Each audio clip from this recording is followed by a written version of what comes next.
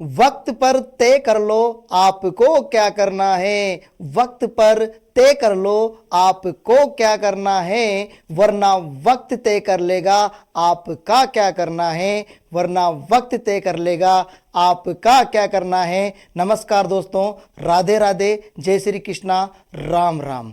मैं वीर sir JMD classes की तरफ से आपका हार्दिक अभिनंदन एवं स्वागत करता हूं। दोस्तों आज हम शुरुआत करने वाले हैं और अपनी सभ्यताओं को निरंतर आगे बढ़ने वाले हैं। तो देखिए, आज हम नई सभ्यता लेकर आए हैं आपके सामने, गिलुंड की सभ्यता।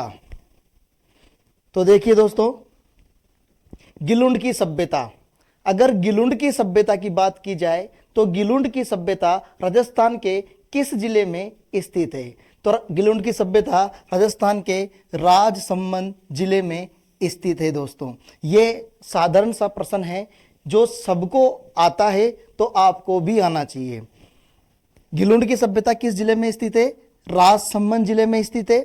और दोस्तों गिलुंड की सभ्यता यानी जो गिलुंड नामक स्थान है उसका प्राचीन नाम क्या था? तो गिलुंड नामक स्थान का प्राचीन नाम भगवानपुरा था। क्या था दोस्तों? भगवानपुरा। गिलुंड नामक स्थान का प्राचीन नाम भगवानपुरा था। इसका बाद में गिलुंड नाम किया गया। और आपसे पूछे कि जो गिलुंड की सभ्यता है वो किस नदी के किनारे पर स्थित है? तो दोस्तों गिलुंड की सभ्यता बनास नदी के किनारे पर स्थित है।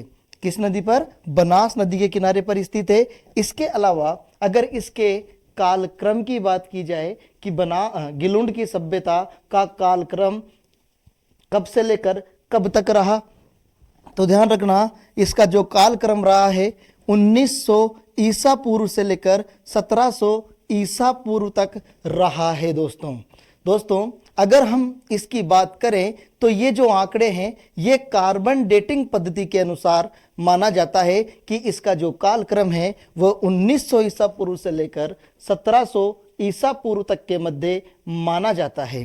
दोस्तों अगर हम इस सभ्यता के युग की बात करें कि गिलुंड की सभ्यता का युग किस काल से ये संबंधित है, तो ये ताम्रयुगीन काल से संबंधित है। ताम्रयुगीन सभ्यता है दोस्तों अगर हम आगे बात करें तो जो गिलुंड की सभ्यता है, इस गिलुंड की सभ्यता की खोज किसने की? गिलुंड की सभ्यता की खोज बी लाल, ब्रजवासी लाल द्वारा 1957-58 ईस्वी में इसकी खोज की गई है। दोस्तों लेकिन अगर परीक्षा में प्रश्न ये पूछ लिया जाए कि गिलुंड की सभ्यता का प्रथम उत्खनन किसने किया, तो गिलुंड की सभ्यता का जो प्रथम उत्खनन किया है वह भी बी लाल ने ही किया है। दोस्तों अगर हम इसके उत्खनन की बात करें तो इसका जो उत्खनन हुआ वो 1998 से लेकर 2003 के मध्य इसका उत्खनन किया गया है। दोस्तों अगर हम उत्खननकर्ता की बात करें 1998 से लेकर 2003 के मध्य जो उत्खनन करता रहे हैं वो VS शिंदे, प्रोफेसर ग्रेगरी पोशल इसके दो उत्खननकर्ता माने जाते हैं। इन्होंने 1998 से लेकर 2003 के मध्य उत्खनन का कार्य किया है। दोस्तों अगर हम आगे बात करें, यहाँ तक क्लियर है? तो देखिए, अगर आपसे ये पूछे कि ये जो गिलुंड की सभ्यता है ये किस संस्कृति में ढली हुई थी, तो दोस्तों ये जो गिलुंड की सभ्यता है ये ग्रामीण संस्कृति में ढली हुई थी, यानी कि ये ग्रामीण संस्कृति की सभ्यता थी। दोस्तों यहाँ का जो परिवेश था, पूरा का पूरा परिवेश था वो ग्रामीण परिवेश था। दोस्तों अगर हम आगे बात करें गिलुंड की सभ्यता से हमें कौन कौन से अवशेष देखने को मिले हैं? दोस्तों गिलुंड की सभ्यता से प्राप्त अवशेषों की आगे हम चर्चा करते हुए देखते हैं कि इस सभ्यता स्थल से दो टीलों, जिसे मोडिया मगरी, स्थानीय लोग इसे मोडिया मगरी के नाम से पुकारते थे, तो यहां से हमें क्या मिला है? उत्खनन किया गया है इस सभ्यता के दो टीलों को, खुदाई की गई दोनों टीलों की, और दोनों टीलों की जो खुदाई की गई वह जो टीले थे वहां पर इनको स्थानीय लोग मोडिया मगरी के नाम से जानते थे। दोस्तों अगर हम आगे चर्चा करें तो आहड़ सभ्यता का यह आहड़ सभ्यता का दूसरा उत्खनन केंद्र माना जाता है। यानी कि आहड़ सभ्यता कहें या आहड़ संस्कृति कहें तो आहड़ संस्कृति का जो प्रथम उत्खनन केंद्र माना जाता है वो खुद आहड़ है, और दूसरा जो आहड़ संस्कृति का उत्खनन केंद्र माना जाता है वो गिलुंड माना जाता है।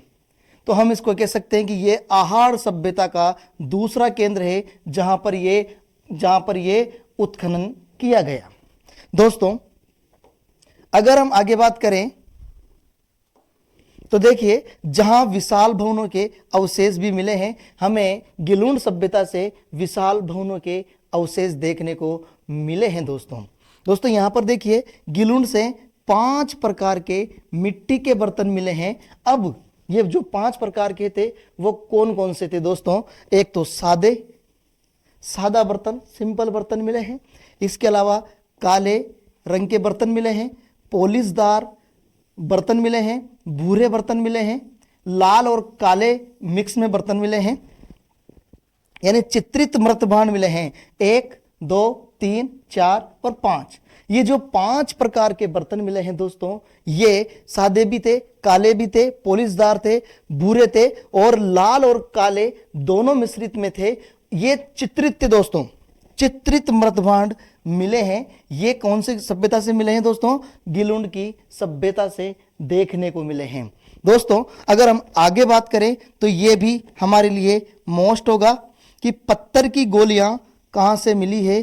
पत्थर की गोलियां हमें गिलुंड की सभ्यता से देखने को मिली है। दोस्तों अगर हम बात करें यहां से हाथी दांत की चूड़ियों के जो अवशेष देखने को मिले हैं, ये भी हमें गिलुंड की सभ्यता से ही देखने को मिले हैं। तो ये आपके लिए मोस्ट हो जाएगा कि हाथी दांत की चूड़ियों के साक्ष्य किस सभ्यता से देखने को मिले हैं। तो हाथी दांत की चूड़ियों के साक्ष्य हमें गिलुंड सभ्यता से देखने को मिला है। दोस्तों अगर हम आगे चर्चा करें, यहां तक उम्मीद करता हूं आप सभी का क्लियर है। तो देखिए, चलो ठीक है, आगे बात करते हैं हम। दोस्तों अगर हम आगे बात करें तो गिलुंड सभ्यता से हमें तांबे के बने अस्त्र मिले हैं। दोस्तों तांबे के बने अस्त्र किस सभ्यता से देखने को मिले हैं? तो तांबे से बने अस्त्र हमें गिलुंड सभ्यता से देखने को मिले हैं। दोस्तों एक मटके में गेहूं के दाने के अवशेष भी गिलुंड की सभ्यता से ही देखने को मिले हैं हमें। यानी कि एक मटका है और उस एक मटके में गेहूं के दाने के अवशेष हैं, तो वो हमें गिलुंड सभ्यता से देखने को मिले हैं। इसके अतिरिक्त दोस्तों हम आगे बात करें तो चिकतेदार, यहां पर चिकतेदार हिरण के जो साक्ष्य मिले हैं वो भी हमें गिलुंड की सभ्यता से देखने को मिले हैं। इसके अलावा स्लेटी रंग की तस्तरियों के जो साक्ष्य हैं वो हमें गिलुंड की सभ्यता से देखने को मिले हैं। दोस्तों इसके बारे में कहा जाता है कि ये जो हमें स्लेटी रंग की तस्तरी हैं, ये लगभग कहा जाता है कि 1000 वर्ष प्राचीन साक्ष्य हैं ये।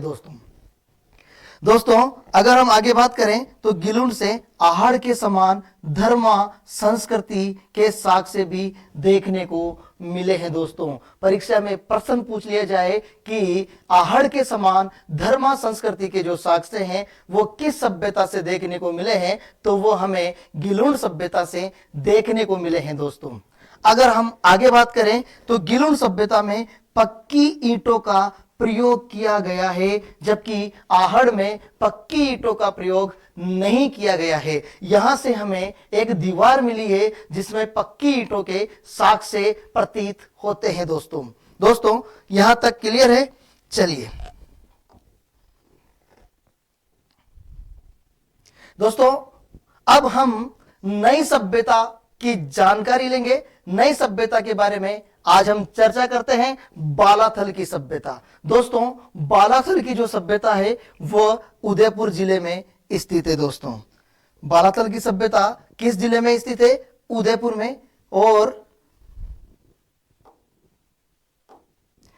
दोस्तों बालाथल की सभ्यता उदयपुर जिले में, उदयपुर जिले के पूर्व में जो उदयपुर जिला मुख्यालय है उसके पूर्व में एक गांव है जिसका नाम है ऊंटाला गांव, और वर्तमान में इसे वल्लभ नगर के नाम से जाना जाता है। इसमें यह सभ्यता स्थित है दोस्तों अगर हम बालातल सभ्यता के कालक्रम की बात करें तो बालातल सभ्यता का कालक्रम 3000 ईसा पूर्व से लेकर 2500 ईसा पूर्व तक है। ईसा पूर्व तक इसका कालक्रम माना जाता है दोस्तों अगर हम इसकी संस्कृति की बात करें तो ये जो बालातल सभ्यता की जो संस्कृति है ये ताम्र पाषाण युग की संस्कृति मानी जाती है। यानी हम कह सकते हैं कि जो बालातल सभ्यता है इससे हमें ताम्र पाषाण युग की संस्कृति के दर्शन होते हैं दोस्तों अगर हम इसके बारे में आगे चर्चा करें तो इसकी जो खोज और उत्खनन का कार्य किया है डॉक्टर वी.एन. मिश्र ने 1993 में इसकी खोज की और इसका प्रथम उत्खनन भी किया है दोस्तों इसका उत्खनन कहा जाता है कि लगभग 7 वर्षों तक इसका उत्खनन होता रहा, और इसके उत्खननकर्ता की अगर बात करें तो इसके उत्खननकर्ता भी बहुत सारे रहे हैं दोस्तों। देखो इसके उत्खननकर्ता में अगर हम चर्चा करें तो V.S. शिंदे इसके उत्खननकर्ता रहे हैं। इसके अलावा डॉक्टर के मोहंती इसके उत्खननकर्ता रहे हैं। इसके अलावा देव कोठारी, ललित पांडे, जीवन खरकवाल इसके उत्खननकर्ता रहे हैं दोस्तों अगर हम इस सभ्यता से प्राप्त अवशेषों की चर्चा करें तो इससे हमारे को जो अवशेष देखने को मिले हैं उसकी हम चर्चा करते हैं। देखिए दोस्तों इस सभ्यता से हमें सबसे पहली बात तो इस सभ्यता से जो अवशेष मिले हैं उसकी चर्चा करने से पूर्व हम एक बात हम रखते हैं कि ये जो सभ्यता है ये बालातल की सभ्यता ये भी आहड़ संस्कृति का एक हिस्सा मानी जाती है दोस्तों देखिए पहली लाइन यही है, पहली लाइन है कि यह स्थल आहड़ का ही एक विस्तार है, यानी आहड़ संस्कृति का एक विस्तार मानी जाती है बालातल की सभ्यता। दोस्तों बालाथल को मोटे रूप में सांस्कृतिक विकास के 2 कालों में विभक्त किया गया है दोस्तों नंबर 1 तो है ताम्र पाषाण काल और दूसरा है लोह युग। यानी कि इस सभ्यता में भी हमें प्रारंभ में ताम्र पाषाण कालीन अवशेष दिखाई देते हैं, और जब इनके उत्खनन किए गए तो इसके जो अंतिम चरण थे उसमें हमें लोह युगीन संस्कृति के अवशेष भी देखने को मिले हैं दोस्तों देखिए इसमें समग्र रूप में इन दोनों कालों में हमें 22 प्रावस्थाएं देखने को मिली, यानी फेज देखने को मिले हैं, यानी चिन्हित किए गए उसे तो चिन्हित की गई है, जिनमें से अब देखिए 1 से लेकर 12 तक और फिर उसके बाद 14 से लेकर 22 तक हमारे को अलग अलग फेज में, और जो बीच का 13 था उसको न्यूट्रन रखा गया है। इसकी हम चर्चा करेंगे दोस्तों। देखिए दोस्तों यहां तक क्लियर है। चलिए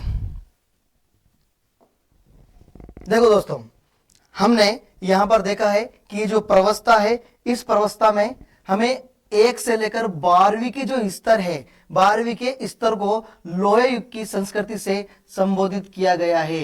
यानी जो पूरे 22 प्रस्तर थे उसमें से 1 से लेकर 12 तक के जो प्रस्तर थे उसे लोह युग से संबंधित यानी संबोधित किया गया है।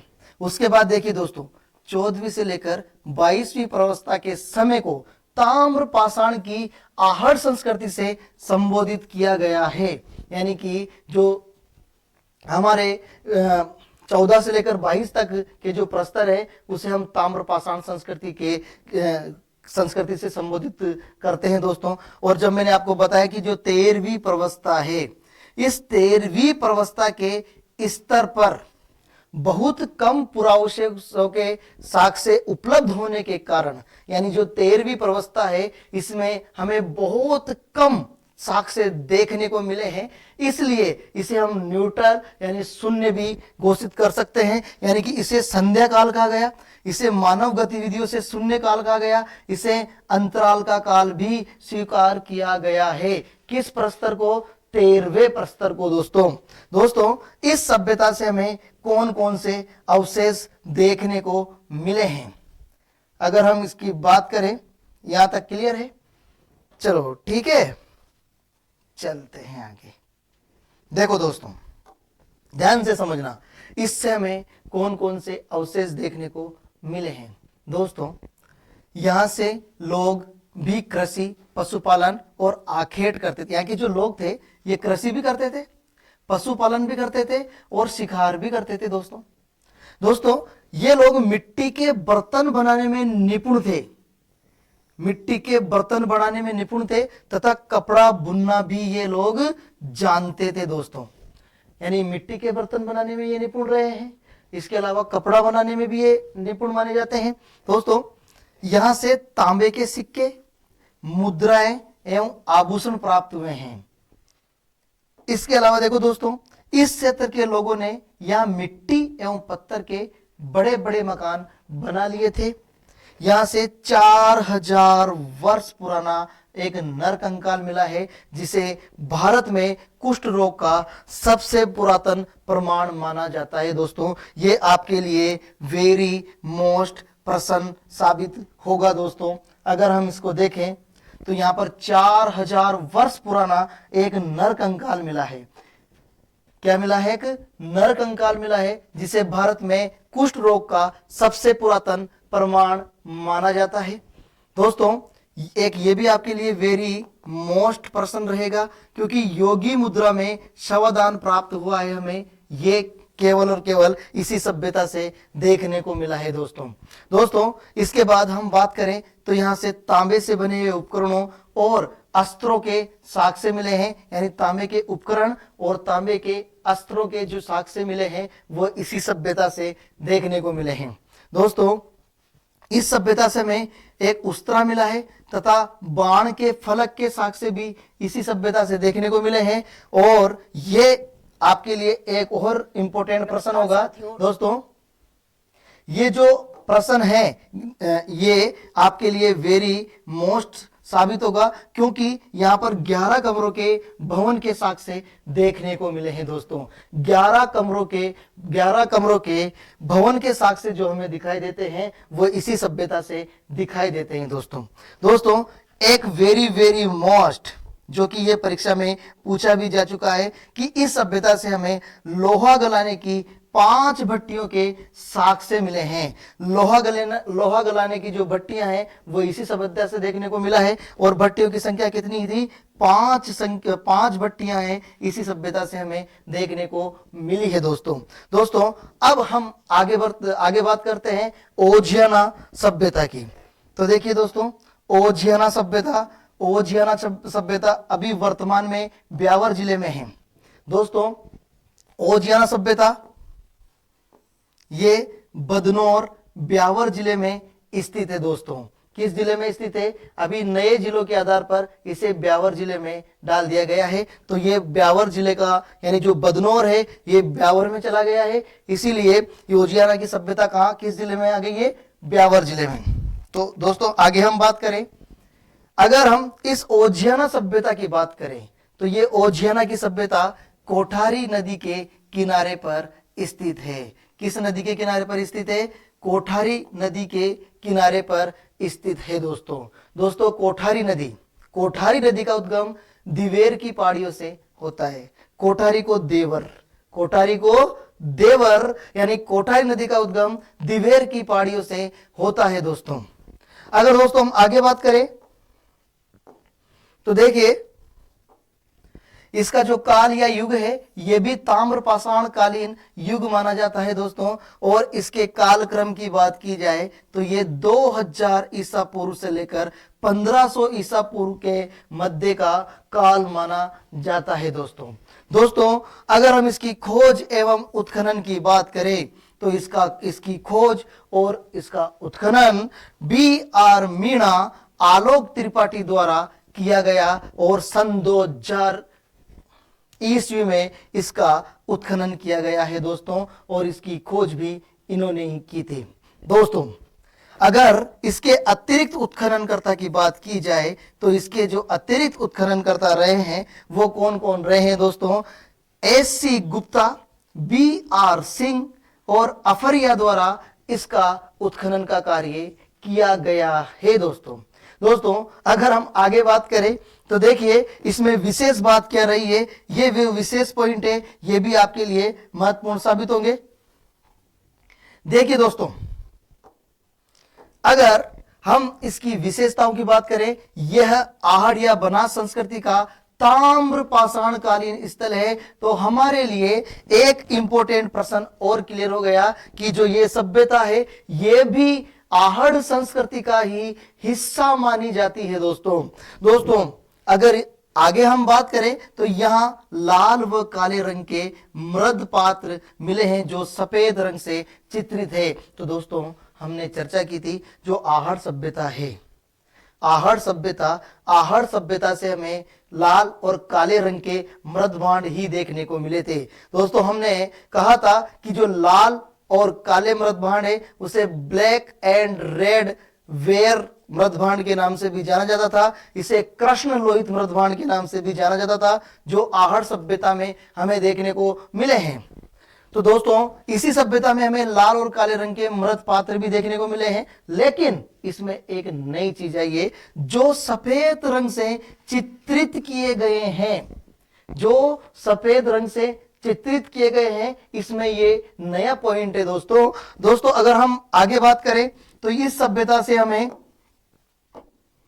गाय व सफेद बेल की मृण मूर्ति मिली है। यह भी आपके लिए महत्वपूर्ण बिंदु होगा कि गाय व सफेद बेल की मृण मूर्तियों के साक्ष्य किस सभ्यता से देखने को मिले हैं। तो दोस्तों इस सभ्यता से हमें गाय व सफेद बेल की मृण मूर्तियों के साक्ष्य देखने को मिले हैं। दोस्तों यहां से हमें एक पत्थर का हथौड़ा भी मिला है, इसके अलावा हमें पत्थर के मन के शंख व ताम्र की चूड़ियां भी इस सभ्यता से देखने को मिले हैं।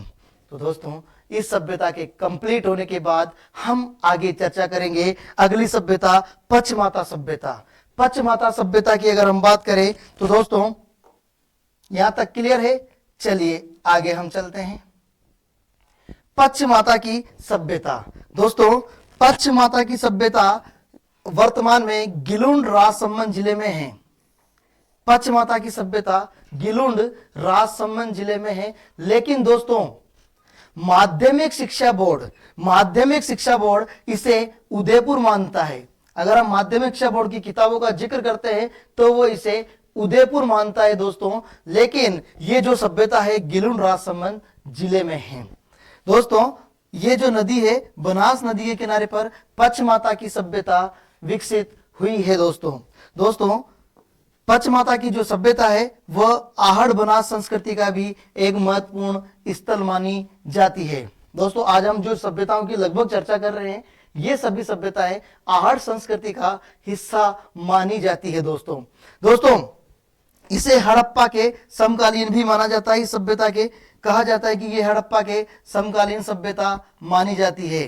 दोस्तों अगर इसके अवशेषों की अगर हम बात करें तो इस सभ्यता से हमें नक्काशीदार जार के साक्ष्य मिले हैं, हमें सीप की चूड़ियों के साक्ष्य इस सभ्यता से देखने को मिले हैं, इसे नीले रंग का बहुमूल्य पत्थर इस सभ्यता से देखने को मिला है दोस्तों यहाँ तीन चीजें, एक तो नक्काशीदार जार, सीप की चूड़ियां और नीले रंग का बहुमूल्य पत्थर इस सभ्यता से देखने को मिला है दोस्तों अगर हम आगे बात करें तो एक लाछुरा की सभ्यता है। लाछुरा की जो सभ्यता है वो भीलवाड़ा में स्थित है दोस्तों। ये नई सभ्यता है दोस्तों लाछुरा की सभ्यता। लाछुरा की सभ्यता किस जिले में स्थित है तो लाछुरा की सभ्यता भीलवाड़ा जिले में स्थित है दोस्तों इसके कालक्रम की अगर बात की जाए तो इसका जो कालक्रम है 700 ईसा पूर्व से लेकर 200 ईसा पूर्व तक माना जाता है। दोस्तों ये ईसा पूर्व है, 700 ईसा पूर्व से लेकर 200 ईसा पूर्व तक इसका कालक्रम माना जाता है दोस्तों। दोस्तों अगर इसके खोज एवं उत्खनन की बात की जाए तो इसका जो खोज और उत्खनन किया है वो B.R. मीणा द्वारा 1998-99 ईस्वी में इसका उत्खनन किया गया है। दोस्तों अगर यहां से जो हमें अवशेष प्राप्त हुए हैं अगर उसकी चर्चा करें तो देखिए दोस्तों, आगे चलते हैं हम। यहां से दोस्तों हमें जो अवशेष देखने को मिले हैं वो यहां से पूर्व बुद्ध काल, मौर्य काल, शुंग काल, कुषाण काल, इन चारों कालों के अवशेष देखने को मिले हैं। दोस्तों हमें इस सभ्यता से हमें बुद्ध काल के पहले के अवशेष देखने को मिले हैं, मौर्य काल के अवशेष देखने को मिले हैं, शुंग काल के और कुषाण काल के अवशेष देखने को मिले हैं। दोस्तों यहां से हमें लोहे के चाकू के साक्ष्य भी मिले हैं। दोस्तों शुंगकालीन तीखे किनारे वाले प्याले इसी सभ्यता से हमें प्राप्त हुए हैं। शुंगकालीन तीखे किनारे वाले प्याले, ये इंपॉर्टेंट प्रश्न बनता है आपके लिए, ये मोस्ट होगा।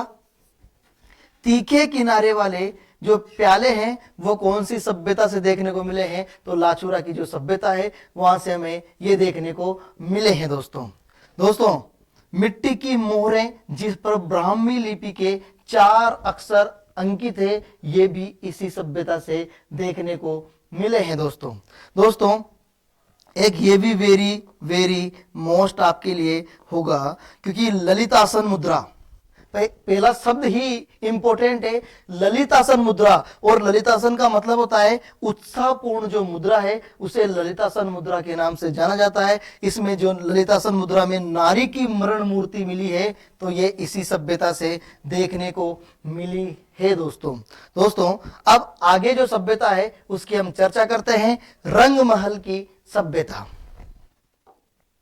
चलिए, रंगमहल की सभ्यता। दोस्तों रंगमहल की सभ्यता, अगर रंगमहल की सभ्यता की बात की जाए तो रंगमहल की जो सभ्यता है वह हनुमानगढ़ जिले में स्थित है। दोस्तों किस जिले में स्थित है? हनुमानगढ़ जिले में रंगमहल की सभ्यता स्थित है। एक नोट याद रखना है आपको, इस हनुमानगढ़ जिले में कौन कौन सी सभ्यताएं स्थित है। दोस्तों अगर हम बात करें रंगमहल की सभ्यता, ये रंगमहल की सभ्यता ये भी हनुमानगढ़ जिले में स्थित है। इसके अलावा ये जो बड़ोपल की सभ्यता है, ये बड़ोपल की सभ्यता भी इस हनुमानगढ़ जिले में स्थित है। इसके अलावा हम बात करें मुंडा की सभ्यता, ये जो मुंडा की सभ्यता है ये भी हनुमानगढ़ जिले में स्थित है। इसके अलावा डाबरी की बात करें, ये डाबरी की सभ्यता भी हनुमानगढ़ जिले में स्थित है। यानी ये सभी की सभी सभ्यता है हनुमानगढ़ जिले में स्थित है। दोस्तों अगर हम इसकी खोज एवं उत्खनन की बात करें तो इस सभ्यता की खोज हन्ना राइड, होलगर, अर्बमैन व के एरिक्सन के नेतृत्व में 1952 से 1954 के मध्य इसकी खोज की गई है। दोस्तों अगर हम युग की बात करें तो ये यहाँ पर हमें प्रस्तर युगीन एवं धातु युगीन संस्कृति के अवशेष देखने को मिले हैं। पत्थर युग से लेकर हमें धातु युग तक के अवशेष इस सभ्यता से देखने को मिले हैं। दोस्तों मैं आपको एक विशेष बात बताना चाहता हूं कि इस सभ्यता में सिंधु घाटी सभ्यता के अवशेष भी प्राप्त हुए हैं। हमें इस सभ्यता से सिंधु घाटी सभ्यता के अवशेष भी देखने को मिले हैं। दोस्तों अगर हम इस सभ्यता के बारे में आगे बात करें तो देखिए, चलिए देखो, रंगमहल में बसने वाली बस्तियों के 3 बार बसने और 3 बार उजड़ने के संकेत मिले हैं, परंतु इन तीनों बस्तियों के मृत भांडों में कोई विशेष अंतर देखने को नहीं मिला है। लेकिन हमारे लिए एक इंपॉर्टेंट प्रश्न ये बन जाता है दोस्तों, ये हमारे लिए मोस्ट पॉइंट बन जाता है। मोस्ट पॉइंट क्या है कि ऐसी कौन सी सभ्यता है जिसे 3 बार बसने और 3 बार उजड़ने के संकेत मिले हैं, तो ये इसी सभ्यता से देखने को मिले हैं, रंगमहल की सभ्यता से देखने को मिले हैं। 3 बार बसने, 3 बार उजड़ने। ठीक है दोस्तों, आगे हम चलते हैं। यहाँ के मृदबांड विशेषतः लाल या गुलाबी रंग को लिए हुए दिखाई देते हैं, जो अधिकांशतः चाक से बने होते थे। दोस्तों देखिए दोस्तों, आगे हम इसके बारे में चर्चा करते हैं। तो ये चाक से बने होते थे, इनका पतला होना, चिकना होना एक विशेषता लिए हुए रहता था। अगर हम इसके अवशेषों की बात करें दोस्तों, तो यहां से हमें कौन कौन से अवशेष देखने को मिले हैं। तो दोस्तों अगर यहाँ के अवशेषों की बात की जाए तो यहां से कुषाणकालीन तथा उसके पिछले काल की कुल 105 तांबे की मुद्राएं मिली है, जिनमें से कुछ पंचमार्क हैं।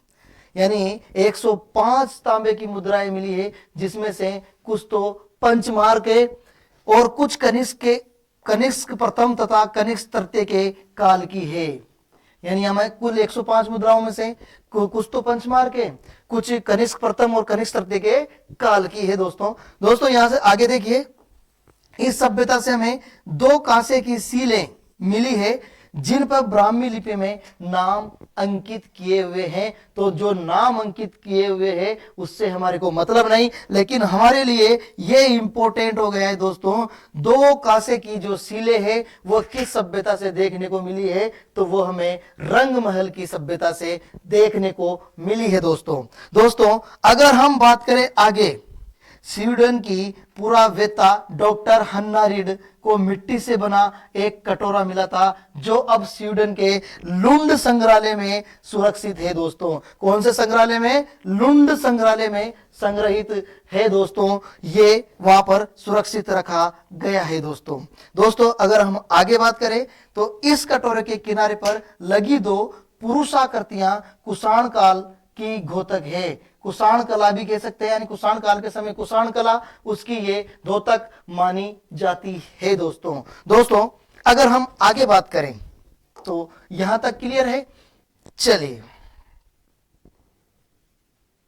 देखिए दोस्तों, हम इसमें आगे इंपॉर्टेंट पॉइंटों की ओर चलते हैं। दान लीला मृदा फलक पर कृष्ण को घुटनों तक धोती पहने हुए तथा गोपी को रोमन शैली का स्कर्ट पहने हुए अंकित किया गया है। ये आपके लिए मोस्ट पॉइंट है दोस्तों।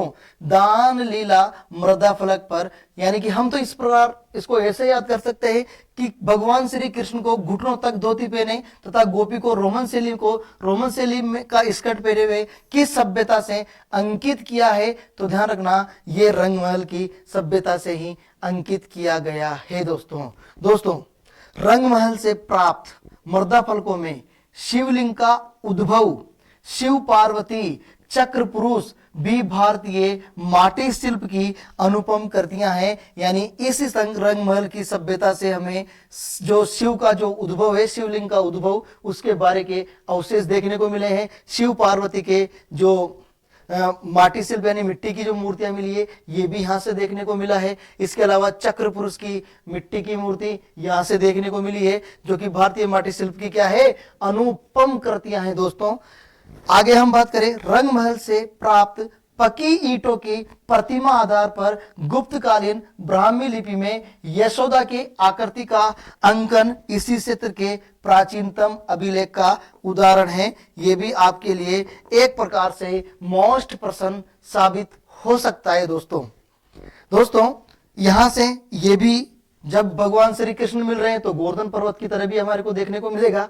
तो देखो दोस्तों, गोवर्धनधर मरण फलक में मुकुटधारी श्री कृष्ण ने हथेली पर गोवर्धन पर्वत को उठा रखा है। इसके साक्ष्य भी हमें इसी सभ्यता से देखने को मिला है।